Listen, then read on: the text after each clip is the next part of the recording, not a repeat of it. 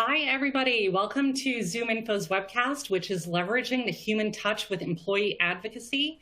We are so excited to have you all here today. Before I introduce our speakers, I just wanted to cover a few housekeeping items. So if you have any technical issues, please let us know by using the Q&A chat box on the right-hand side of your screen. Also, please keep in mind, this is a web-based platform. So if you have any issues, hit the refresh button and that should help you out. But again, any issues, feel free to use the Q&A chat box. We will also have time for a Q&A with our presenters today. So if you do have a question, please submit your question in the Q&A chat box located in the right-hand side of your screen. And we will be sure to get to those questions towards the end of the conversation.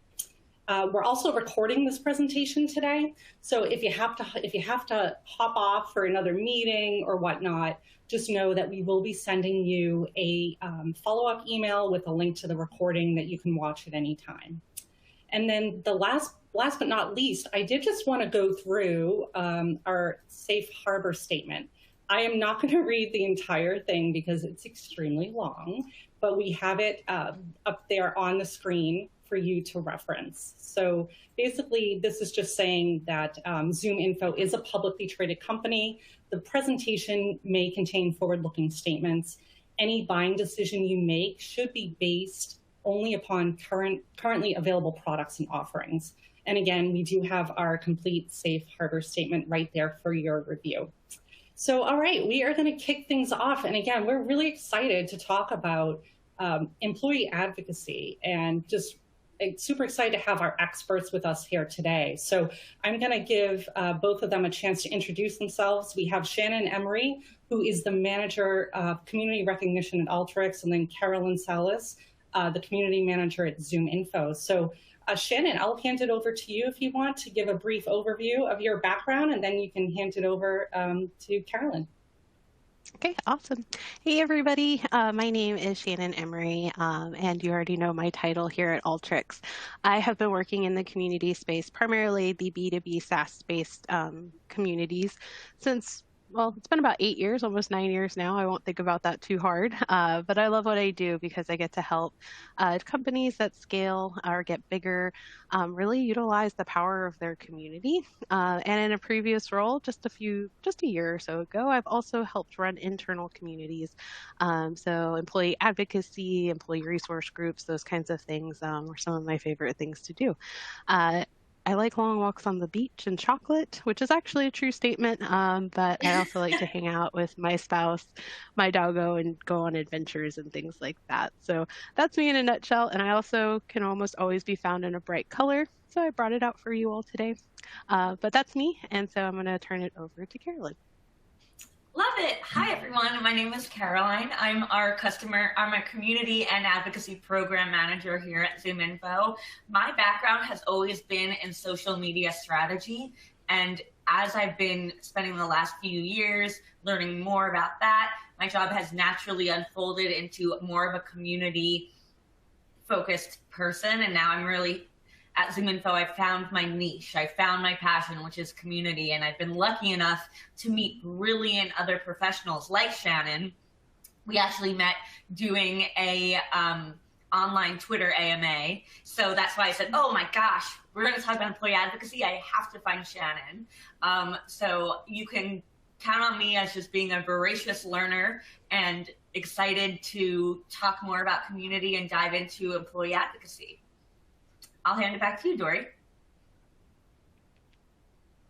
Fantastic. Great. Thank you. Thank you both for your introductions there. And just to give a brief highlight on the topic, you know, the two experts, Shannon and Caroline, that we have here today, we all know that launching an employee advocacy program is something we need to do, but a lot of times it can be complicated, or we think it's too complicated. And you don't know where to start, maybe getting budget or executive approval. And so I just wanted to set the stage for that conversation with our two experts today that are going to talk through some of those things and really help you to think about that as you're planning your program. So I will hand it over to Carolyn, I guess, Caroline, to just talk with Shannon and continue on the conversation. And we look forward to hearing your expertise.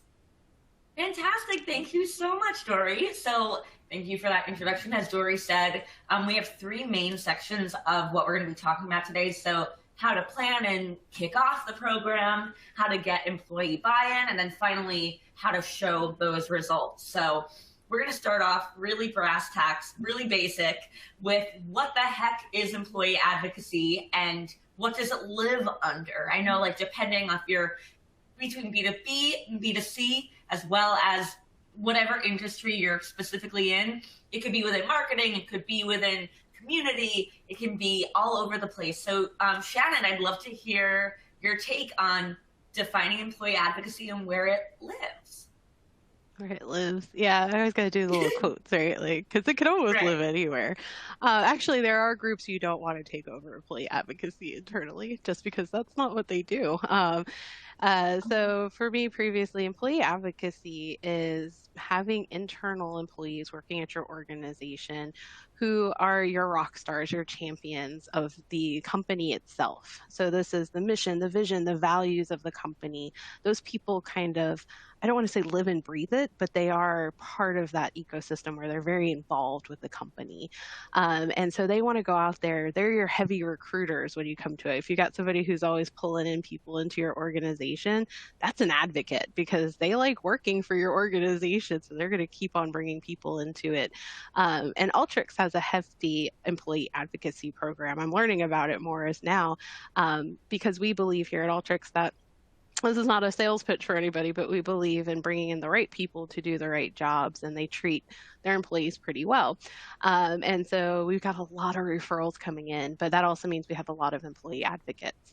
And so they're out there on social, especially on the LinkedIn, really talking about the company, word of mouth. They're the people who show up to your employee events when you have them in person, virtual job fairs, all of those. Those are the people who raise their hand first, are your advocates. Typically, I find that they live in one of two places, or generally, mostly in your human resources area, as well as potentially your marketing team.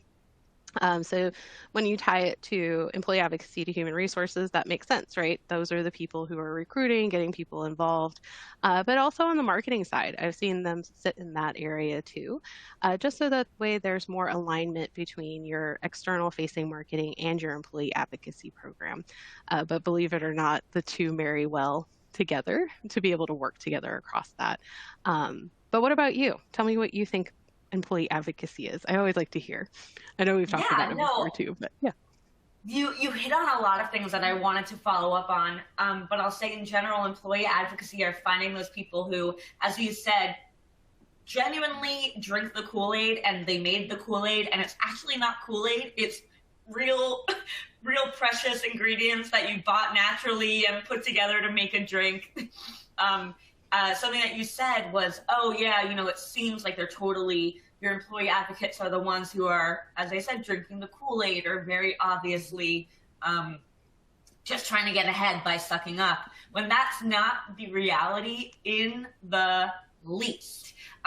Employee advocacy, in my opinion, are taking the people who finally love what they do. Maybe not finally, but they're at a place in their life where they're like, I love this. I feel appreciated. I can compare it to other experiences, or maybe not. I just am happy where I am, and they want to share that. They want to spread the gospel because they know other people who have been in different situations, or they don't want anyone to have to be in a bad situation. They want to share what they love about their job. So employee advocacy is 100% the people spreading the gospel, spreading the good word, if you will, of what makes their day-to-day job great. And maybe not every day is going to be great, but most of the days are going to be pretty damn good. And those are your employee advocates who are like, we need to share this with the world. And I really appreciate how you were talking about, okay, so where does this live, right? It could live under HR or marketing. And it's really interesting because as I'm working with the teams to build our communities even more here at ZoomInfo, employee advocacy is under marketing, but there's so much amazing opportunities to work with employee experience. And the employee experience team under HR is very skilled here, and they're very passionate. And the really cool thing is what you said, Shannon, is typically marketing and HR will work well together is true, is that we have the common goal. For me, I've always been a marketer, and the goal is I want to share the story and the message. My message is I like working here, and I want to share it with the world effectively and efficiently. So I completely appreciate how you can say that those two different departments can really work together. Mm-hmm. Something else that you said that I absolutely loved is you define employee advocacy as a group of people who encompass all of the beliefs and all of the morals of the company. And that kind of brings me to my next question. Oftentimes people will say, we need a community. And then the question will be, okay, well, what is the community around, right? Like, what is the group value? Is it our values? And I think our next question that I'd love to touch on is, so when an exec comes to you, it says, Shannon, you're the best in the business. I need you to build me a community. What questions do you follow up with? What are the first boundaries that you set up? What are the questions, and what do you define within that internal team coming right from the top? What's important to kind of set the stakes? Groundwork for it. Yeah, because employee advocacy's programs are types of communities, right? And so you do have that same baseline between the two. Mm-hmm. And so my very first question is, just like everybody's favorite 3-year-old, because everybody has one in their world or has encountered one, is why. And because little kids like to ask why a lot, right? And so a lot of organizations will get excited about a concept and they're like, everybody else has got it, we have to have it too. That's not the answer to why. So I always tell people, just because somebody else has it, it's not the answer to why, because it has to be executed, not flawlessly, because we all make mistakes, but it has to be executed well. And so looking through the employee advocacy lens is asking questions of why do we need this program right now? And if they say, I always find acceptable answers, not just because everybody else has it, or I found it out in a new concept online somewhere or anything, is because we really want to bring in the right people into our organization, and we want to use our current employees or leverage them in a very corporate way of my speaking this week, leverage our current employees to bring in the right people to help us do better, be better, and be the best at what we do. That is a powerful statement versus just everybody else has it. Because my follow-up question then is what kind of investment from an executive level down does this program have? Communities, right. Programs all have to have buy-in from the top down, especially in corporate organizations. And as any company scales, you start to see a hierarchy form. And it's easier to get that buy-in from the top coming down sooner rather than later. Of course, we can all come together and have ideas, but we always want to take it up so that way we are sure that we're following the business goals and aligning there. And then part of that investment question, and we've talked about this a lot, is how much money are you willing to invest into this? Because at the end of the day, money speaks. And I have yet to run a program. I've got plenty of failures along the way where they didn't have any kind of backing. Were amazing ideas, but we didn't have the backing for them, so they failed. But whereas when you see that investment on a monetary level, you end up having better results. It also holds the people who want or are running these initiatives, community managers, internal, external, program managers, it holds them accountable as well, because you have to develop some kind of ROI at the end of the day. If you don't have the money, I've seen programs go to the wayside pretty quickly. And that's no remark on like the person running the program or anything. It's just that's where the investment comes in as you get bigger and you want to scale your program. But yeah, why is always my favorite question. It's one that often executives may stumble over because they're not used to people questioning why you want something. So I tell people, don't be afraid to ask why. They are just people. Like, don't get me wrong. They may be fancy people, but they are just people on the other side of that conversation. So feel free to ask why to get started, because otherwise, you could end up running down some really weird rabbit holes. But what about you? What questions have you asked along the way? Oh my gosh. As you get started? Like Alice in Wonderland going down rabbit holes. Similar to the same kinds of questions, it all comes down to the fact, for me, there are a lot of different definitions of community out there. And when you work in marketing, when there are so many acronyms and different different ways that people prefer to measure things and what are we reporting on. It's really important, I've learned from my community experience here at ZoomInfo, to say, hey, everyone, here's our glossary. This is how we're defining a community. This is how we're defining a brand community. And our employee community, our employee advocacy community is going to fall under this one. These are our goals based on what you wanted. So I think like the big question I always ask is similar to why, but it's more, what is the end result? Is the end result, as you mentioned, Shannon, is it bringing in new talent? Is the end result for other communities, doing some product learning, product testing? Is the end result people sharing your link to your blog, right? Like, what do you want? Are you trying to get clicks? If a lot of the time it's much easier for execs to think in terms of metrics, which is difficult because employee advocacy is all about being a people person and connecting truly with your colleagues. So if you start with a metric, it can always help kind of wrangle everybody back in and say, hey, so you really want to get more clicks to our blog. A great way to do that is to leverage our employees.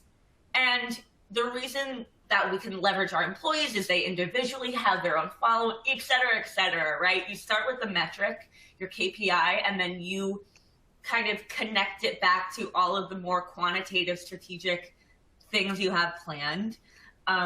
Something that you mentioned that I totally agree with is all about being funded.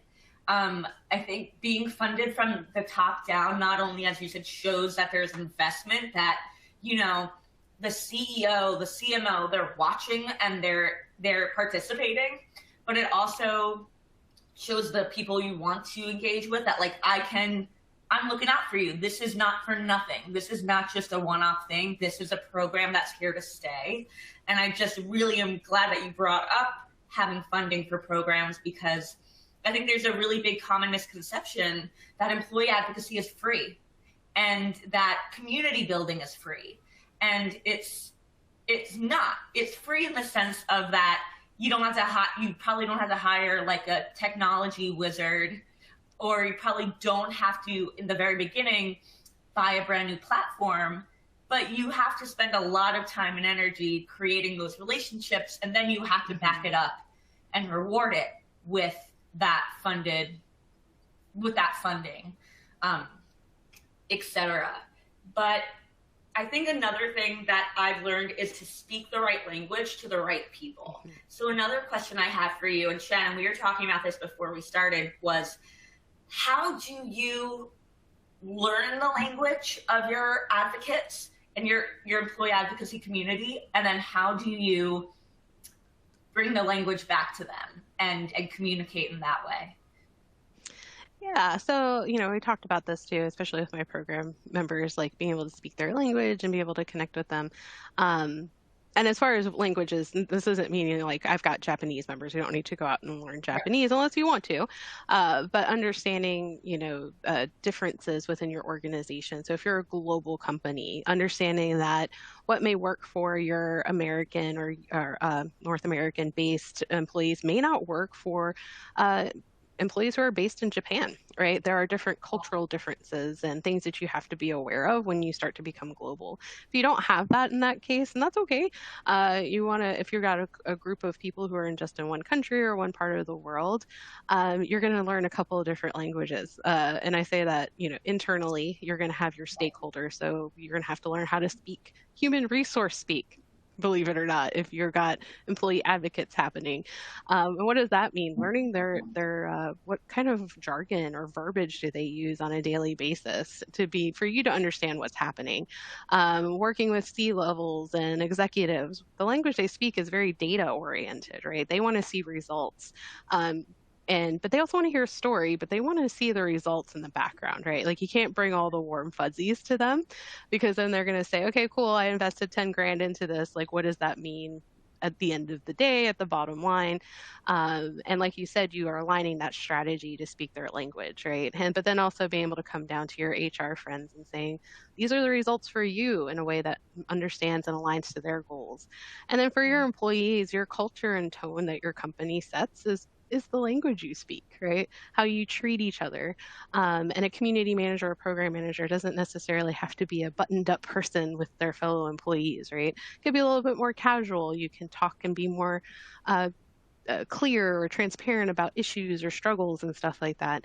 And as a program manager or community manager in this case, you're able to take that and translate that across several different languages within your organization. It takes time and patience, and also a lot of research. I won't lie, sometimes I'm in the background, especially when I was doing internal community, Googling an HR term because I wasn't sure what it meant right then. But, I was like, okay, I'm going to go learn about that. We're going to come back to it. Or if there are laws, things that a company needs to be aware of. Sometimes you get to be aware of that too. Mine has always been mostly the laws. They're like, oh yeah, we can't do that because of this. And I'm like, oh, I didn't know that. So you're kind of learning on the fly with them. But it is very important because the way we talk to each other and the way we communicate is how we get things done. And so if you're unclear, it becomes, your timeline gets longer, things get a little harder. And I'm learning all of this over the past year. And you kind of sometimes lose that connection bit. And so I always say, take some time to learn about them. Who are they? Why are you having to work with them for a community or a program? And listen. And maybe sometimes you just listen for a while so you can understand how they talk and speak. But I always say at the end of the day, if you're working with C-levels and executives, learn the language of data, my friends. Be comfortable with it. But then as people, also make sure you're weaving in a story, the stuff that really people will remember. C-levels remember data. All of us remember the story at the end of the day. And you really want to leave the people you work with closely with a good story or a good feeling about working on this program with you, which I think is super important. Absolutely. But kind of rambled there for a second, but yeah. No, it's fantastic. You talk about how you have to know the language of multiple different people and you have to do the research. And I think I can only speak for myself, when I was starting my employee advocacy journey, I was very intimidated by, I don't know what salespeople think. I just know what corporate bro talks like. There is a lot of, there's thousands of people at the company. How can I ever really connect with them and make the time? And it just starts with a small 15-minute one-on-one. You don't even have to ask, what do you want to post? If your goal is social advocacy, right? That's what I like to think about in terms based on my background. Or if your goal is hey, recruiting, I'm sorry. If your goal is about recruiting, you have to learn to talk like the people who are applying to things. So ask a salesperson, hey, what was it like when you were looking for a job? You're not asking them to say, what do you want from the company? You're really just saying, as a person, what ticks you off? What works for you and what doesn't? And I know for me, because I mentioned working with a lot of salespeople, I listen to call reviews. I made friends with someone who's a SDR lead, and she lets me listen into her team's call reviews, trying to connect with people throughout the marketing org. It is less intimidating than you think to do that background research. And by doing that research, you're also getting stakeholders. You're also getting people who are like, oh, you're interested in me. I'd love to learn what you're interested in me for. How can I support it, right? So, we've spent about 20 minutes talking about planning and kicking off an employee advocacy program. So I'd love to move on to our next topic, which was, how do you get employees to be active in your program once you launch it? So one thing that, of course, a lot of community managers are experienced in is incentivization. So Shannon, my first question for you is, how do you specifically incentivize employees, and at what point do you scale back with that incentivization? Yep. So we talk a lot about this in the community world, and as far as programs are concerned too, the intrinsic versus extrinsic reward system, right? So with employee advocacy in particular, there's a very fine line between extrinsic versus intrinsic. And that means when we talk about that, intrinsic is there are reasons I want to be part of this community or program. I'm connecting with others over common values or shared values and things like that. I want to give back because I like to help people, and people used to help me, right? Those are very intrinsic, very personal reasons. The extrinsic stuff is, guess what, guys? T-shirts, gift cards, swag, you know, all that good stuff, right? T-shirts, tickets, water bottle, you know, like I've got my Ultrix water bottle today. And we like those things too, right? For me, when I really focused on employee stuff was, how do we leverage their intrinsic desires to help each other talk about the company out on different channels, and use the extrinsic rewards as surprise and delight versus necessarily being like, if you do these things, you're going to get a water bottle. That's typical gamification. And that's okay too if you need somewhere to start. Sometimes when you have like one employee advocate, you got to bring in some other folks because you might be a smaller organization, right? So you only got maybe like 40 employees and you've got one really like gung-ho employee.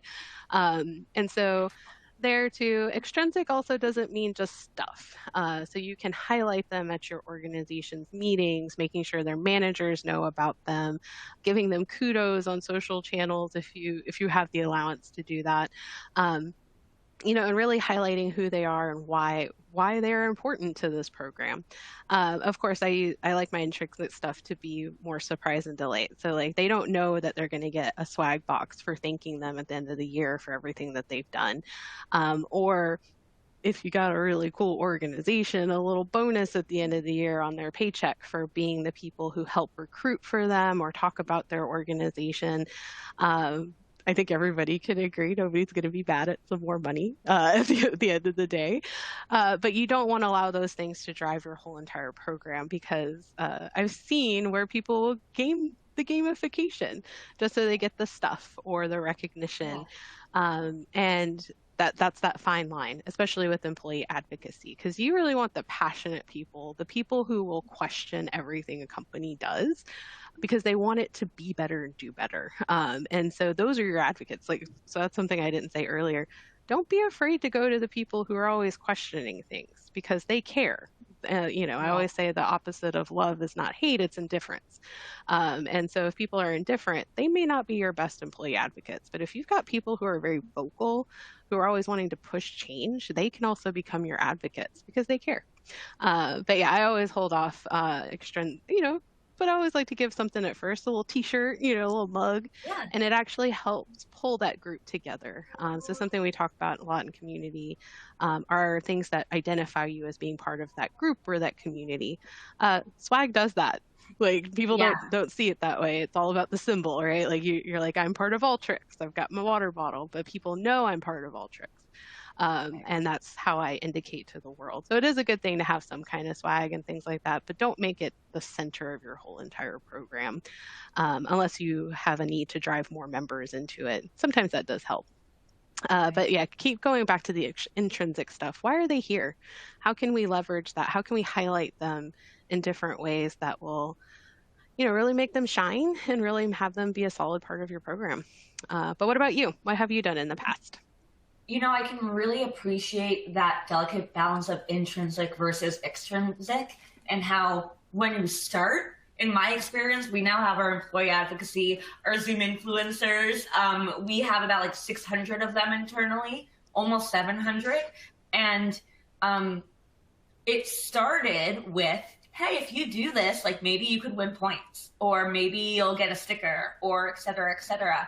And that works really great for getting people in. And every now and then we'll do a big call to action of, hey, this is a new competition. You could win A, B, C, D.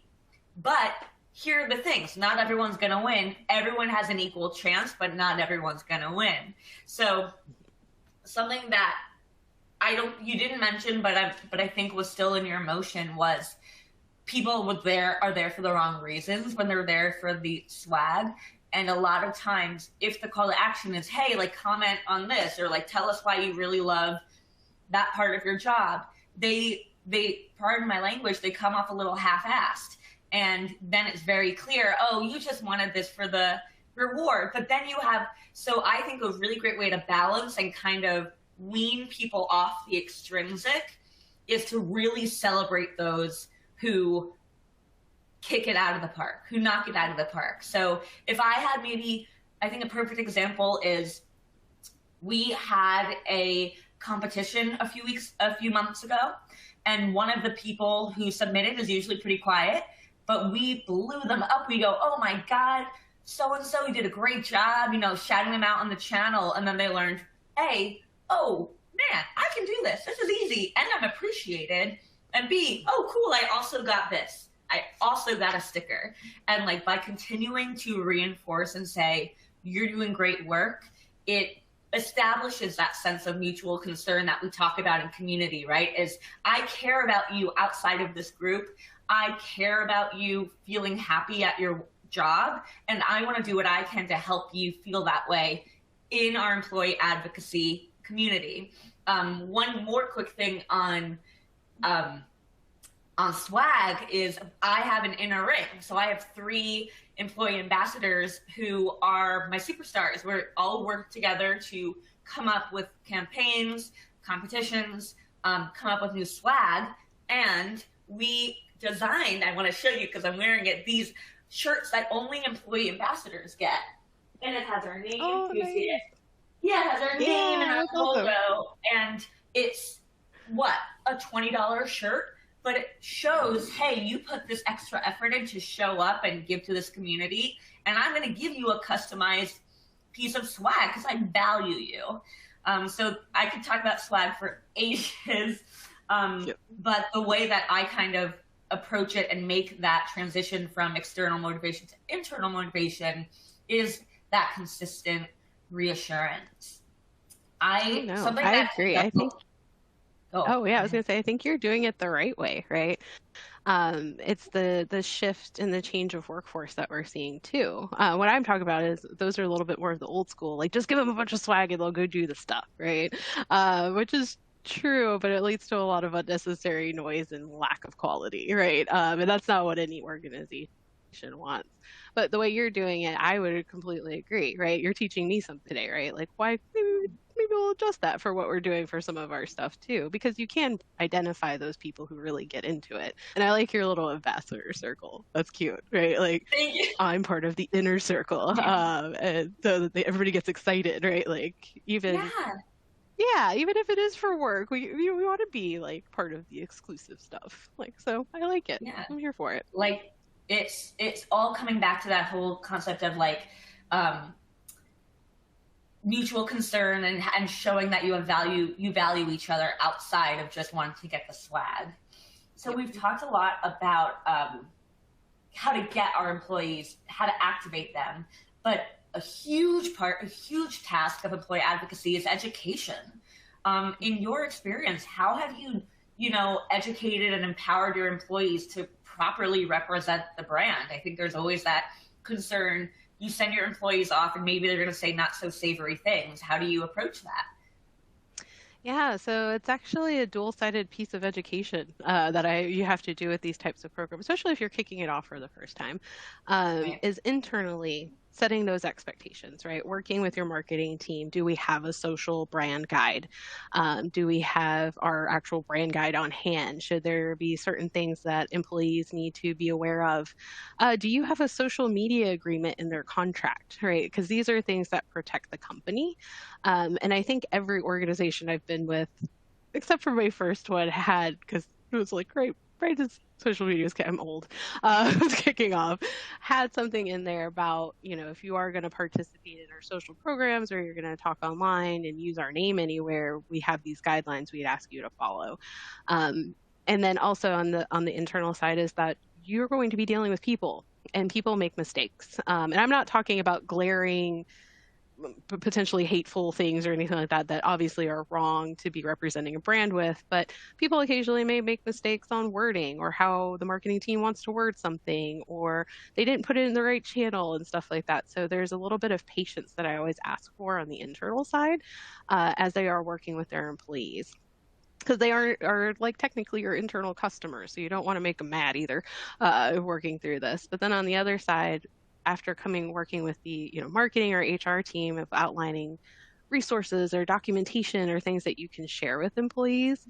And since you're coming together as a company to do this with ambassadors and influencers and stuff like that internally, get everybody together, right? They should know who each other is or are. I don't know the grammar there. Who are we working with? Who are the other people who are going to be joining me on, helping become an influencer in the program, and really start connecting them, because that is a different type of community, right? People who are passionate about their organization, pull them together, right? Like have those education sessions in small groups where they can ask questions, or they can provide feedback, and really share those guidelines with them. Make sure that they're aware of them. Ask them to be aware that if they do participate, you have to follow these guidelines, right? And some people might step back. They'll be like, oh, that's not really what I want to use my social for, Yeah. But yeah, and then also ask for their patience as your organization starts to scale this, right? Not everything's going to go to plan right off the bat, but on both sides, especially for the team that owns this, making sure there's an escalation pathway. What if somebody does post something that is highly unsavory? I like that, and is not going to go well in the market. What are the steps there, to take? Are those people associated? Is it somebody in your program? If it's not, how do you approach that person who's not necessarily part of your program? If they are part of the program, what are the steps, like to have those conversations and making sure they're following those guidelines, but being very clear communication and building that trust over time is how I start to educate them.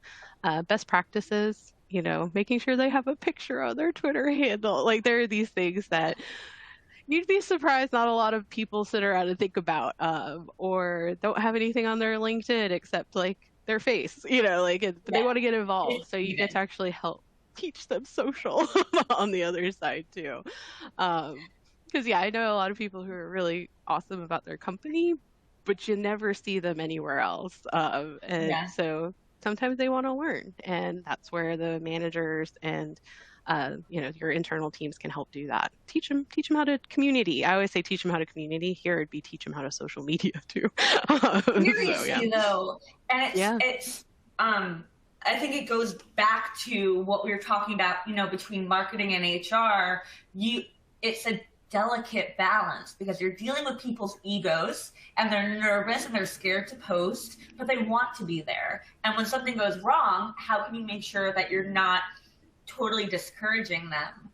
I'm really glad that you brought up about education, because I know for me, I give an abridged onboarding to everyone who joins ZoomInfo, and it's like, hey, have a profile photo, the basics. Mm-hmm. But then saying, also join this group if you want to learn more, because we're not just sharing things for you to post, we're sharing tips on like how to comment and how to make new connections. You and I, we met like via Twitter before we met face to face online. So it does take a very, very gentle hand. And I'm glad that you touch on that, especially with escalation. Knowing that we have about 20 minutes left and we want to leave time for questions, I want to move on to our final section, which is all about measuring and reporting the results, sending the results of your employee advocacy program up the ladder. So if you have been here since the beginning of the webinar, we talked a lot about, it's getting buy-in from your C-suite is essential, because whether you're asking them for a budget or just asking them to back you up in a Slack channel, you need to have their enthusiasm. And in order to get that enthusiasm, you have to show them the proof. As you said, show them the data, right? Exactly. So I think a question that I get a lot and have also talked about internally a lot is, what KPIs should we be reporting on for employee advocacy? for me, for the way I report on it, is I see how many engagements are we getting that are coming from employees. And that way I can say, show our CEO and go, hey, Henry, you know, when we did that competition that you helped sponsor, look how many more people commented and got really excited. And look how now that pattern of commenting and engaging is changing because we started with that program this month, you know? But Shannon, what about for you?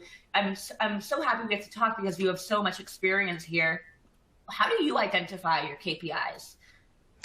Yeah, so the big one for me as I've wandered through community for quite a while now is making sure that whatever KPIs that we have, right, are more strategic, more tactical, you want to align those to the big strategic goal for that team or the C levels, right? So let's say if it's HR, we want to recruit the best of the best, right? So you want to align to whatever that is. That way your KPIs can immediately be it sounds so corporate. It could be immediately pushed back up to that goal of like, well, this is what we did. Here are the tactics, and here's the strategy. For KPIs, you know, a lot of employee advocacy happens externally. So looking at the reach of posts, reaches of engagement, and so reach here means the views, not necessarily direct engagement, but how many people are seeing this, right? And tools, you can utilize tools to be able to see that without being like, hey, can I look at your LinkedIn no, nobody's going to let you look at their LinkedIn profile for information. So there are tools out there that you can use. I know there's a breadth of social tools that you can use. One of my favorites is Hootsuite. I know it's dorky, but whatever. I like Hootsuite. We use it here at Alteryx a lot. But then also, you know, when you're first starting out, looking at how many people are involved in the program. Can you truly have an employee program, advocacy program, if you don't have very many advocates, right? Like you got to have the people to do this.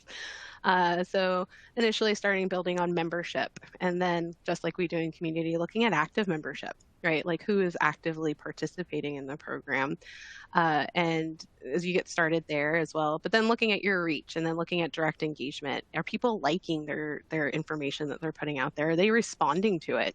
And I look at that both from the employee side as well as people who don't work at your organization, right? Because we look at what's happening on the internet before we ever apply for a job, right? Like we want to see what's happening on their Twitter. We want to see what they're putting out on LinkedIn. Our employees are mostly responding because that indicates one thing, or do they have a robust following and that you want to work there because other people are engaging too.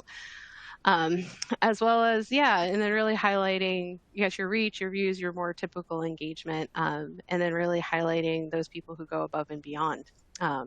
And really looking even, I know we've talked about this a lot, the more human post versus the cut and paste post, right? Because you have a different set of metrics to look there. Marketing may want you to say one thing, but it doesn't land so well because it might be a little bit more marketing speak. But I always like to give employees, here, take this. If you feel comfortable, modify it to sound like you, right? Like I don't want it to sound like you just copied and pasted. So there's even A/B testing you can look at for a KPI, you know, what you're looking at. But I always say when you're first starting, look at your membership, your active membership, and then your overall like reaches out into the digital ecosystem, because I used that term earlier this week.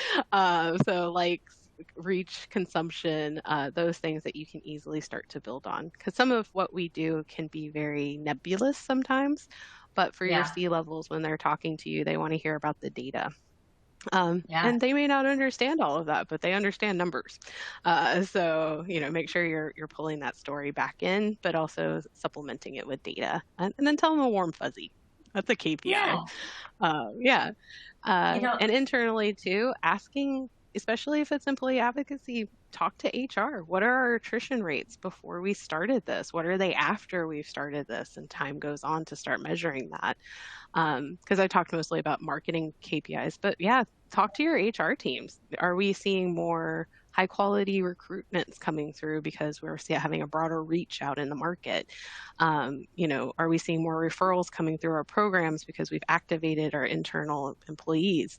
And you can make correlations to that as well, which does help the bottom line too. Absolutely. And it also depends on where the heart of your advocacy community lives. So for example, ours lives in Slack. So I can go into the Slack analytics and see month over month how many people were active, how many people were reacting and posting.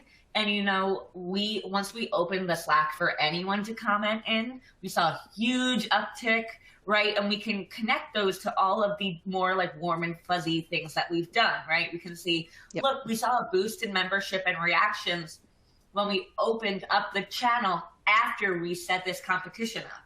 And then we see, as I mentioned before, look how the graph goes up and then keeps going up, because that was the catalyst to how they continue succeeding.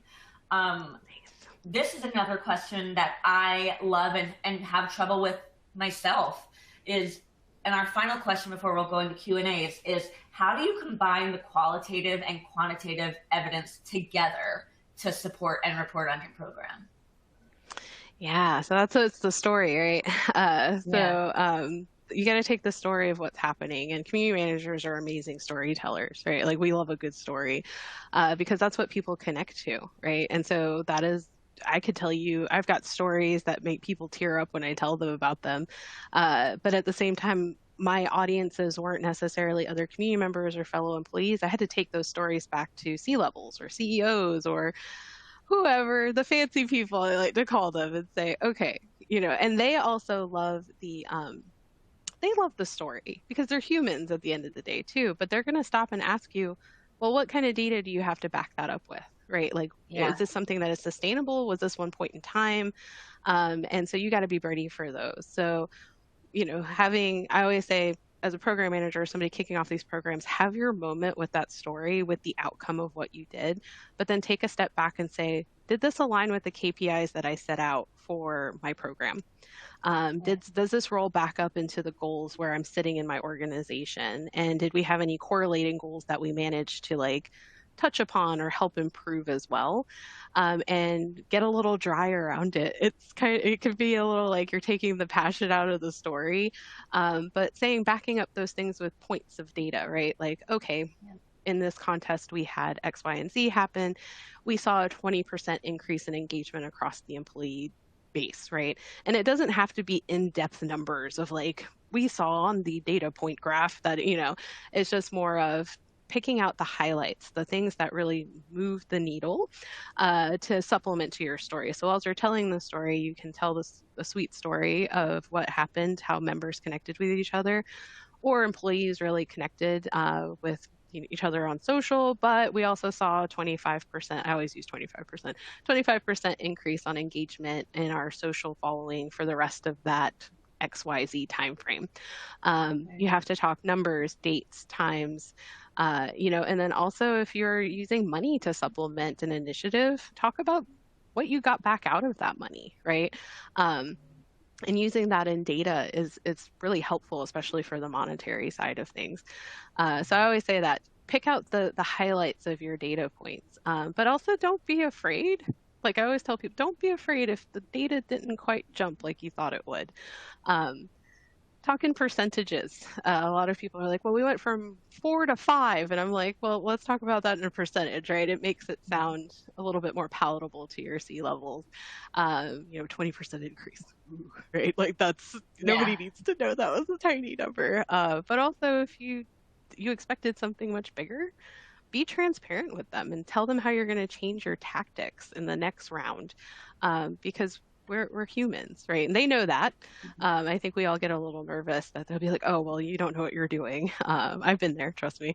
But at the same time say, okay, we're going to change the strategy for this next time. And here's what we expect to see after we talk to the people, we talk to our employees, and we're going to change these things so we can see better results next time. Because that's all this is trial and error, guys. Like, I don't know how else to put it. A lot of what we do is trial and error. So don't be afraid of that either, but have those data points along with your story that will resonate longer term with your stakeholders and C-levels and stuff. Absolutely. And I'd say in that same vein, with the qualitative things and the quantitative, look at the quantitative as like the past. This is what happened. We did these things and it happened. Qualitative are the stories of what happened after. Oh, we had 20 people create a video. Qualitative. 3 people approached me and they were really nervous about making a video. So I sat down with them and taught them how Now we have 3 more people who feel like they can make a video next time we want a video, right?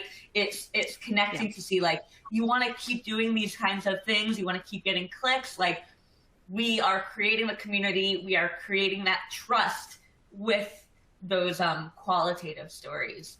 And with that, I think I will hand it back to Dory to lead us on our Q&A. Absolutely. Thank you both. Just some great practical steps there on how to build an advocacy program. So very interesting. And Caroline, I want one of those inner circle shirts. Well, you got to earn it. Okay, I'm on board. We'll connect after.